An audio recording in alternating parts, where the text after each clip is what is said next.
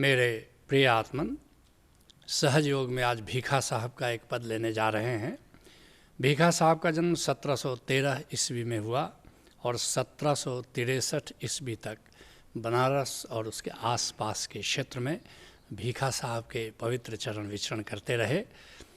भीखा साहब गुलाल साहब के शिष्य हैं और ये संतों की ये परंपरा जो पूर्वी उत्तर प्रदेश में जन्मी, बढ़ी और पल्लवित हुई, बड़ी ही सुंदर परंपरा है। एक से एक संत इस परंपरा में ने दिए हैं।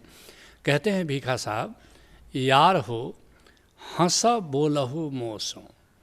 संतों का परमात्मा कोई तटस्थ ऊर्जा नहीं है। संतों का परमात्मा जीवंत है, बहुत ही समीप है, बहुत ही पास है। संत उसके साथ प्रेम करते हैं, रूठते हैं, मचलते हैं। कभी परमात्मा रूठ जाता है उनको तो भक्त उसको मनाते हैं। बड़ा ही एक जीवंत खेल चलता रहता है। उसी खेल की ओर इशारा कर रहे हैं। कहते हैं यार हो हंसा बोलहु मोसो। गोविंद को कह रहे हैं कि मेरे प्यारे गोविंद, जरा मेरे साथ हंसो, जरा बोलो, जरा खेलो। जिसके लिए गुरु रामदास जी कहते हैं, हर हमारो मीत सखाई, हम हर्ष्यों प्रीत लागी। गोविंद हमारा सखा है, दोस्त है और गोविंद के प्रेम में हम पड़ गए हैं। हर हम गावहीं, हर हम बोलहीं और द्वितीय प्रीत हम त्यागी। गोविंद के साथ हमारा बोलना है, उठना है, बैठना है, प्रीत है, और दूसरे प्रीत को हमने छोड़ दिया है। किसी और से अब हमारा कोई नाता नहीं रहा। कहते हैं भीखा साहब, भरम गांठ छूटे लागय प्रभु तोसो। ये संसार से हमारा गांठ छूट जाए, संसार से हमारा रिश्ता टूट जाए। और ये जो संसार से प्रीत करना बल्कि एक भ्रम ही है। सोचते हैं कि संसार हमें सुख देगा, संसार से हमें आनंद मिलेगा, लेकिन इससे बड़ा तो भ्रम कुछ है नहीं, क्योंकि संसार ने कभी किसी को कोई सुख नहीं दिया। और अगर कोई लगता है तुमको संसार सुख दे रहा है तो तुम एक भ्रम में जी रहे हो। वह सुख भी भीतर से आ रहा है। उसी की ओर इशारा कर रहे हैं कि भरम गांठ छूटे। ये संसार से जो हमारी गांठ है ये छूट जाए और लागे प्रभु तोसो, और ये गांठ हे गोविंद तुमसे लग जाए, हमारी प्रीत तुम में जुड़ जाए। जिसके लिए कबीर साहब कहते हैं, हमरा भरम गया भाव भागा। हमारे सारे भ्रम विदा हो गए और सारे भय विदा हो गए जब राम नाम चित लागा।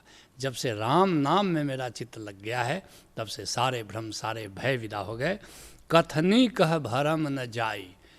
केवल कहने से, बकवास करने से, उपदेश देने से, समझने समझाने से ये भ्रम विदा नहीं होता। मैं ब्रह्म हूँ ऐसा वेदांती मानते हैं, लेकिन इस मान्यता से तुम्हारा दुख दूर नहीं होता, तुम्हारा भय और भ्रम विदा नहीं होता। सब कथ कथ रही लुकाई। ऐसे ही कितने विद्वान आए, उपदेशक आए, पंडित आए, मौलवी आए, पुरोहित आए, और ऐसे ही झूठा उपदेश देते हुए, जिसे झूठा उपदेश किसको कहते हैं? तुम्हारे अनुभव पर जो आधारित नहीं है, ऐसा अगर उपदेश देते हो तो झूठा उपदेश है। कितने लोग आए ऐसे मर खप गए। और जाको गुरुमुख आप बुझाई, ताके हृदय रहिया समाई। ये संतों की प्यारी बात है। कैसे तुम्हें परमात्मा मिलता है? गुरुमुख होकर के मिलता है, किसी कामिल मुर्शिद से जुड़ करके मिलता है। और परमात्मा जिस पर कृपा करता है उसे सदशिष्य बना देता है, किसी कामिल मुर्शिद से उसका नाता जोड़ देता है और फिर स्वयं ही उसके हृदय में विराजमान हो जाता है। कहते हैं भीखा साहब, पालन करी आए मो कहो तुम। हे गोविंद, अब तक तुम मेरा पालन करते आए हो और खाए जियाए कियो घर पोसो। तुमने मुझे भोजन दिया, तुमने मुझे जीवन दिया, तुमने मेरा पोषण किया, तुमने मेरा पालन किया। जिसके लिए गुरु अर्जुन देव जी कहते हैं, हम बारक तौ शरणाई। हे गोविंद, हम तुम्हारे बच्चे हैं, हम तुम्हारी शरण में हैं। प्रभ आपे पैज रखाई। अब स्वयं ही तुम मेरी प्रतिष्ठा रखो। मेरा मात पिता हरराया, कर कृपा प्रत पालन लागा।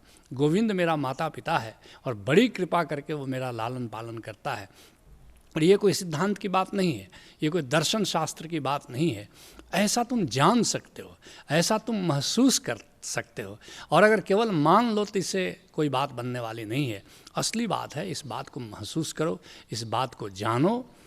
कहते हैं भीखा साहब, बचन मेट मैं कद्दों गरज बसी।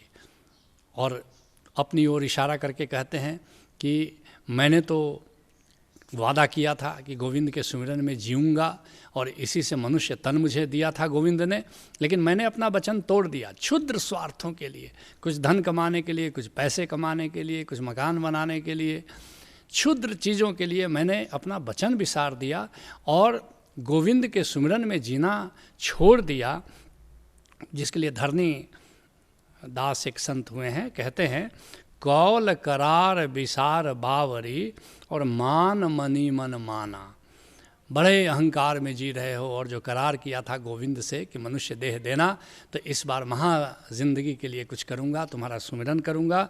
आखिर नहीं दुनिया में रहना, बहुरी वहाँ ही जाना। इसी दुनिया में सदा तो रहना नहीं है, फिर तो तुमको उस दुनिया में जाना है, उस लोक में जाना है। तुम गोविंद के सामने क्या सफाई दोगे? कहते हैं भीखा साहब दरदवंद प्रभु करौ न गोसो।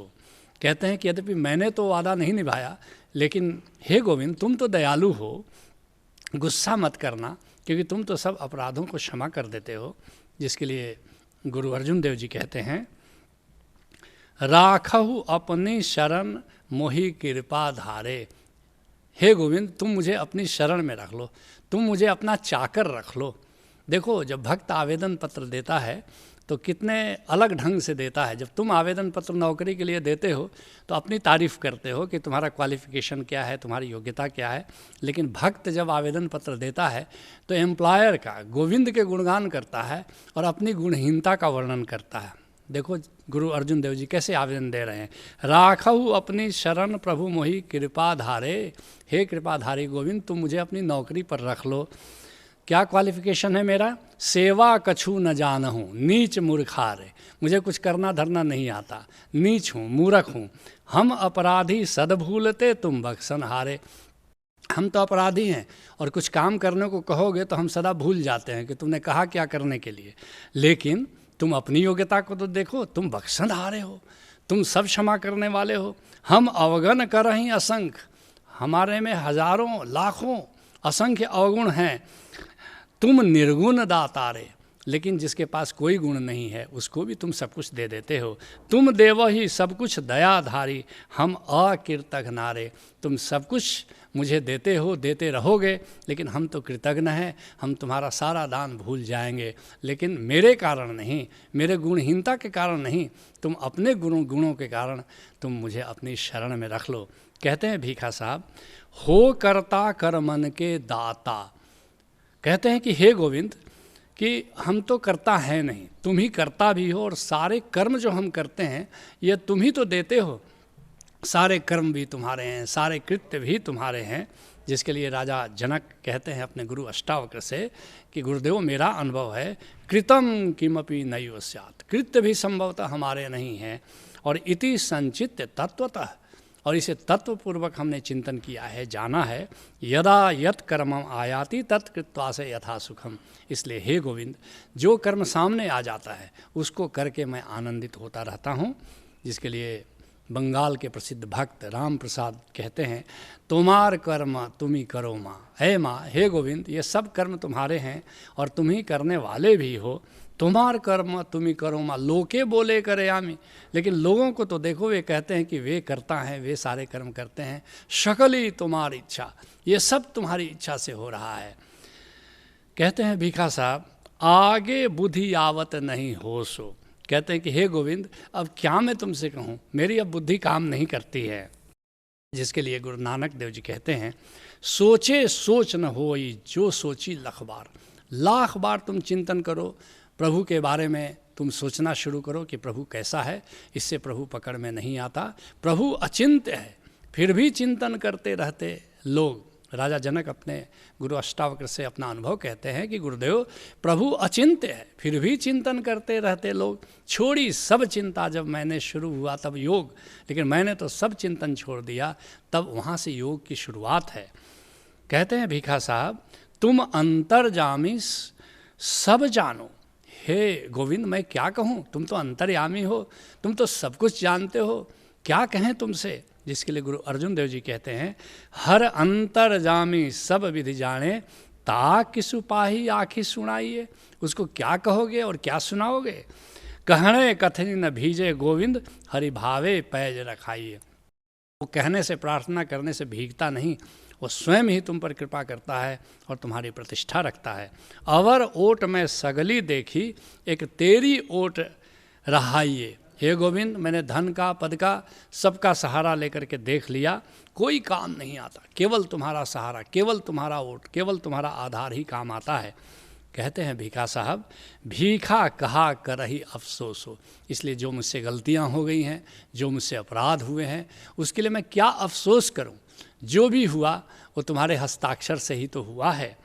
जिसके लिए गुरु नानक देव जी कहते हैं, हुक्मी हुक्म चलाए राह, नानक बिग से बेपरवाह। मेरे हुक्मी का, मेरे गोविंद का हुक्म चल रहा है, इसलिए मैं सारी चिंता, सारा परवाह छोड़ करके बस आनंदित और मगन होकर के जीवन जीता हूँ। मगर याद रखना, ये मगनता तभी आती है जब तुम ओंकार को जान लेते हो, ओंकार से अपना नाता जोड़ करके जीवन जीना शुरू करते हो। तुम भी चाहो तो ओशोधारा की भक्ति समाधि में आकर उस ओंकार को जान सकते हो, उस ओंकार से जुड़कर जी सकते हो, और तभी तुम्हारे ऊपर आनंद की बरसात शुरू हो जाती है, तुम्हारा जीवन धन्य हो जाता है। यही सहज योग है। हरि ओम तत्सत।